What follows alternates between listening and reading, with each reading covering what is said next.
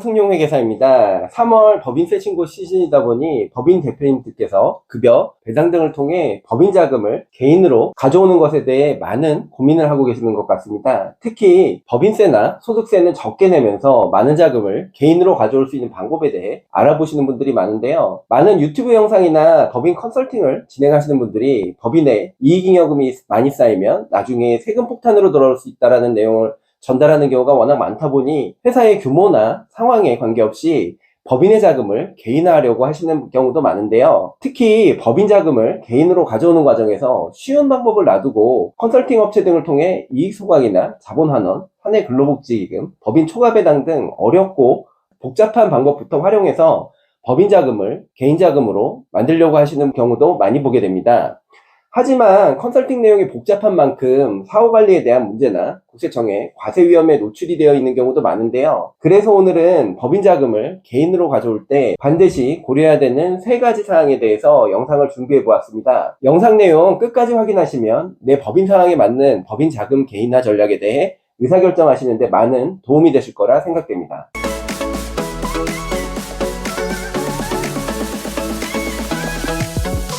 법인 자금을 개인 자금으로 가져오려고 할 때 제일 먼저 고려해야 되는 부분은 사업의 특성과 방향성입니다. 많은 유튜브 영상이나 법인 컨설팅 하시는 분들이 법인의 이익잉여금이 쌓이면 좋지 않다라고 말하는 경우가 많다 보니 많은 대표님들께서 이익잉여금이 법인에 계속 쌓이면 큰일 나는 것으로 생각하시는 경우가 많은데요. 사실 그렇지 않은 경우도 많습니다. 법인을 운영하시는 이유가 단순히 개인 사업자와 비교해서 낮은 법인세율을 활용한 절세 수단인 경우라면 법인의 이익을 유보해둘 필요 없이 그때그때 급여나 배상 등을 통해 개인으로 가져오는 것이 맞습니다. 하지만 법인을 운영하는 이유가 장기적으로 법인을 키우고 확장하려는 경우라면 법인의 이익은 개인으로 가져오기보다는 법인의 유보에서 재투자를 위한 재원으로 활용하는 것이 맞는데요. 예를 들어 제조업을 운영하는데 몇 년 후 공장 확장이나 기기장치에 대한 재투자가 필요하거나 도소매업을 운영하는데 매출 확대에 따른 운전자금 증가에 대한 대비가 필요한 경우라면 법인의 이익은 최대한 개인으로 가져오지 않고 법인에 쌓아두는 것이 필요합니다. 사업의 확장을 위해 대규모 인원 충원이 필요해서 인건비 지출이 크게 늘어날 것으로 예상되는 경우도 마찬가지고요. 또 법인 사업에서 발생하는 이익을 재원으로 나중에 법인의 사업을 구매하거나 부동산 임대업을 위해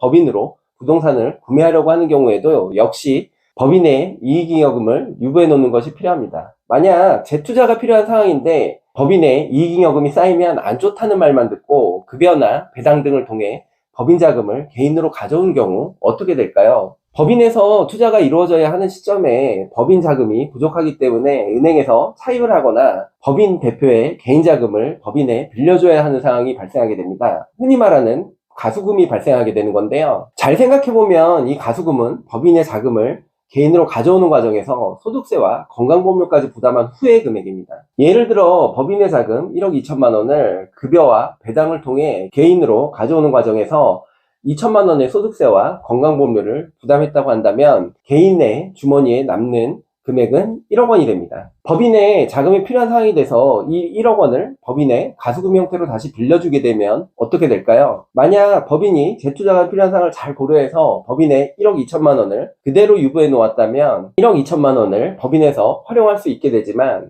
1억 2천만 원을 개인으로 가져옴으로써 2천만 원이 세금과 건강보험료로 없어지게 되고 1억 원만 재투자할 수 있게 되는 상황이 발생하게 되는 건데요. 잘못된 판단으로 인해 2천만 원에 대한 재투자 기회를 날려버리는 결과가 발생하게 됩니다. 2천만 원을 예로 들었지만 회사 상황에 따라서 그 금액은 훨씬 커질 수도 있습니다. 따라서 법인의 자금을 무조건 개인으로 가져오기보다는 법인의 상황에 맞게 이익잉여금을 어떻게 관리할지 판단하는 것이 중요하다는 점 꼭 알아두시기 바랍니다. 두 번째로 이렇게 법인의 상황에 대해 판단해 봤는데 법인의 이익잉여금을 쌓아두는 것보다 개인으로 가져오는 것이 유리한 경우 어떤 방법을 통해 법인 자금을 개인으로 가져올지에 대해 잘 판단해야 됩니다. 이때 가장 기본적으로 회사의 주주 구성, 급여, 퇴직금 및 배당 정책을 효율적으로 잘 활용하는 것이 중요한데요. 그 이유는 설계가 가장 쉽고 세무상 리스크가 가장 적기 때문입니다.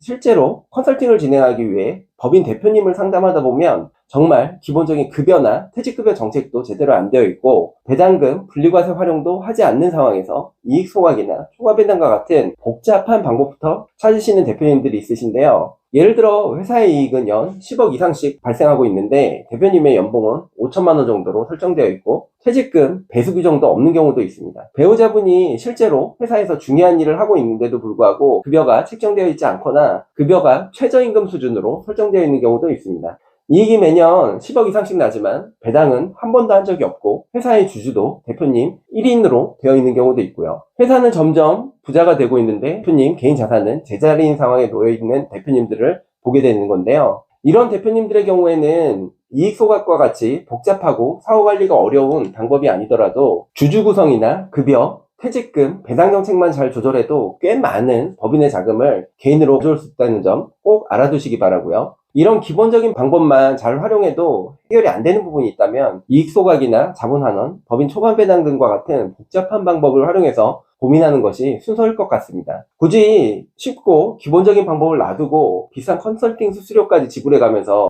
어렵고 복잡한 길을 선택할 이유는 없다고 생각이 됩니다. 마지막 세 번째로 고려해야 되는 사항은 회사의 상황 변화와 세법 변경입니다. 법인 자금을 개인으로 가져오는 것은 한 번 고민하고 끝나는 일이 아닙니다. 법인을 운영하는 동안에는 항상 고민해야 하는데요.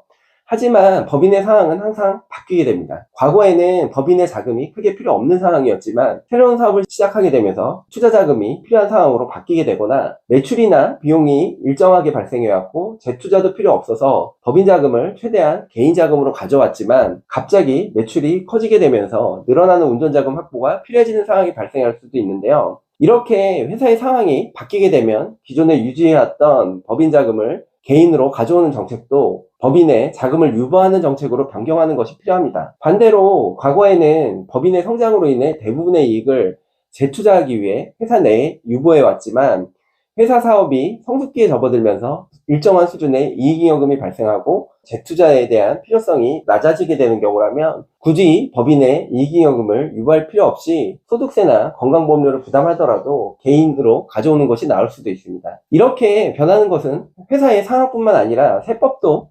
마찬가지인데요. 세법 변경은 법인의 이익을 개인으로 가져오는 방법에 영향을 미치게 됩니다. 예를 들어 퇴직급여로 보는 임원 퇴직소득의 한도가 예전에는 없었지만 3배수 그리고 2배수로 점차 축소되어 왔고요.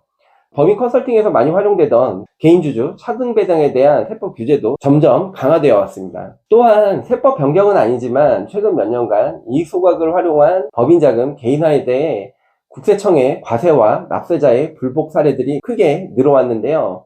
이렇게 변경되는 세법과 국세청의 과세 동향을 잘 파악하고 고려해서 문제의 소지를 최소화해서 법인의 자금을 개인으로 가져올 수 있는 방법을 찾는 것이 매우 중요해졌다는 점도 알아두실 필요가 있습니다. 지속적으로 변화하는 회사의 상황과 세법 등을 고려한다면 반드시 세무 전문가와 함께 고민하고 검토할 필요가 있다고 생각되고요. 특히 법인의 자금을 개인으로 가져오는 부분은 일회성으로 끝나는 사항이 아니기 때문에 회사의 상황을 지속적으로 모니터링해서 사후관리할 수 있는 세무 전문가와 함께하는 것이 무엇보다 중요하다는 점 꼭 기억해 두시기 바랍니다. 지금까지 법인의 자금을 개인으로 가져올 때 반드시 고려해야 되는 사항 3가지에 대해서 설명을 드렸는데요. 법인의 자금을 개인으로 가져오는 일은 일회성으로 끝나는 일이 아니라 사업이 지속되는 동안 계속 고민하고 의사결정해야 하는 일이기 때문에 반드시 세무 전문가의 도움을 받아서 진행해 주시기 바라고요. 특히 아까 말씀드린 것처럼 일회성 업무가 아니기 때문에 사후관리가 가능한 세무 전문가와 함께하는 것이 무엇보다 중요하다는 점 꼭 기억해 주시기 바라면서 오늘의 영상 마치도록 하겠습니다. 이상 허승용 회계사였습니다. 감사합니다.